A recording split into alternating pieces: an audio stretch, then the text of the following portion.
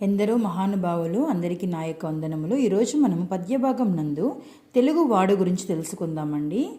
చూడండి, ఈయన కవి. ఈయన పేరు నారాయణ రెడ్డి గారు. 20వ శతాబ్దం చెందినవారు. పద్మభూషణ్, జ్ఞానపీఠ పురస్కారం ఇతని యొక్క బిరుదులు. కర్పూర వసంతరాయలు, నాగార్జున సాగర్, భూమిక, మట్టి మనిషి మొదలగునవి ఇతని యొక్క రచనములు. అసాధారణ ప్రతిభతో, అద్భుతమైన శైలితో మనస్సుకు హత్తుకునేలా వీరి కవిత్వం ఉంటుంది అని దీని యొక్క శైలి చెప్తున్నారండి. ఇక్కడ మొదటిగా మనం ఇక్కడ కొన్ని పద్యాలు చూద్దాం ఈరోజు. శాతవాహనులు వంశాన పుట్టినవాడు, కాకతీయ పోతుగడ్డ మెట్టినవాడు, పల్లెలోనే కాదు ఢిల్లీలో సైతము పెద్ద గద్దెల నేలి పేరు కుక్కినవాడు, ఎవడయ్యా ఎవడు వాడు, ఇంకెవడు మన యొక్క తెలుగువాడు. అదెవరో చూద్దామండి.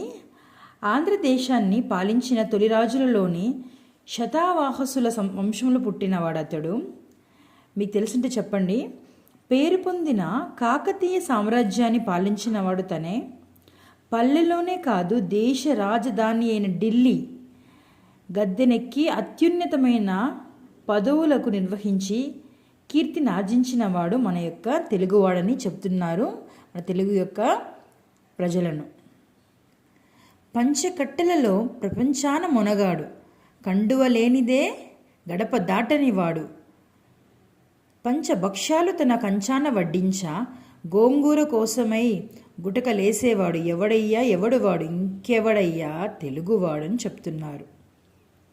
ప్రపంచంలోనే తెలుగువాడు ఇలా పంచకట్టడం ఎవరికి చేతరాదండి.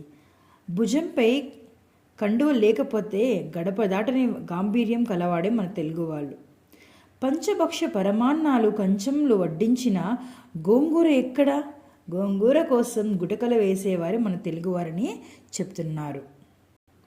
తల్లి భాషకు వేరు ఇల్లు కావలనంచు రైళ్ళ పడగొట్టి మారాము చేసినవాడు, ఏక భాషకు రెండు ఇల్లు కావలనంచు అఖిల భారతమునే అదరగొట్టెను నాడు, ఎవడయ్య ఎవడువాడు, ఇంకెవడు మన తెలుగువాడు.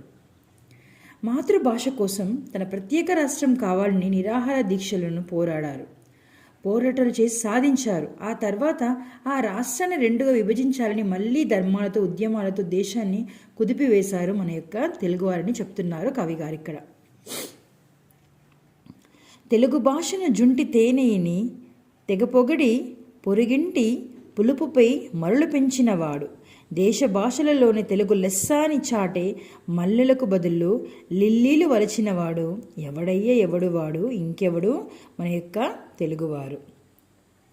తెలుగు భాష తేనె లాంటి తీయనదైనని పొగుడుతూనే పొరుగింటి పుల్లకూర రుచి అన్నట్లు పరభాషను అభిమానించేవారే.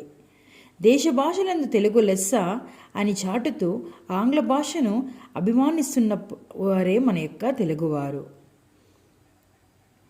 నేల నల్దేశల డేరాలు నాటినవారు, అన్ని మానలలోనే అట్టే ఒదిగినవారు, ఏ దేశమేగిన ఎందుకాలిన అవకాయ వినియోగ మసాలా సైపడినవారు, ఎవడయ్యేవాడు, ఇంకెవడు మన యొక్క తెలుగువాడు.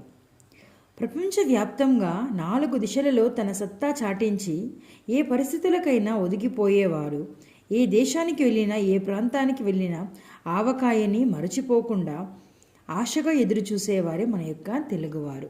చూడండి ఎంత బాగా మన యొక్క తెలుగు పీపుల్స్ గురించి ఎక్స్ప్లెయిన్ చేశారు కదా ఇక్కడ కవి గారు. మంచి మనసెదురైన మాలాలిచ్చేవాడు, బాయి బాయి అన్న చెయ్యి కలిపేవారు, తిక్క రేగిందంటే డొక్క చీల్చేవారు, చిక్కులెరగనివాడు చిత్తనా పసివాడు, ఎవడయ్యే ఎవడువాడు, ఇంకెవడు మన యొక్క తెలుగువాడు. మంచివారు ఎదురైతే గౌరవించేవారు, అందరితో స్నేహంగా మసలుకొనేవారు, కోపం వచ్చిందంటే తిక్క రేగిందంటే ఎదుటివారి అంతు చూసేవారు, సమస్యలను సులభంగా పరిష్కరించేవారే, పసిపిల్లల వంటి నిర్మలమైన మనస్సు కలవారే మన యొక్క తెలుగువారని మనకి ఇక్కడ కవిగారు చెప్తున్నారండి. ధన్యవాదాలు. తప్పకుండా మీరు ఈ పద్యభాగం చదవాలని నేను కోరుకుంటున్నానండి.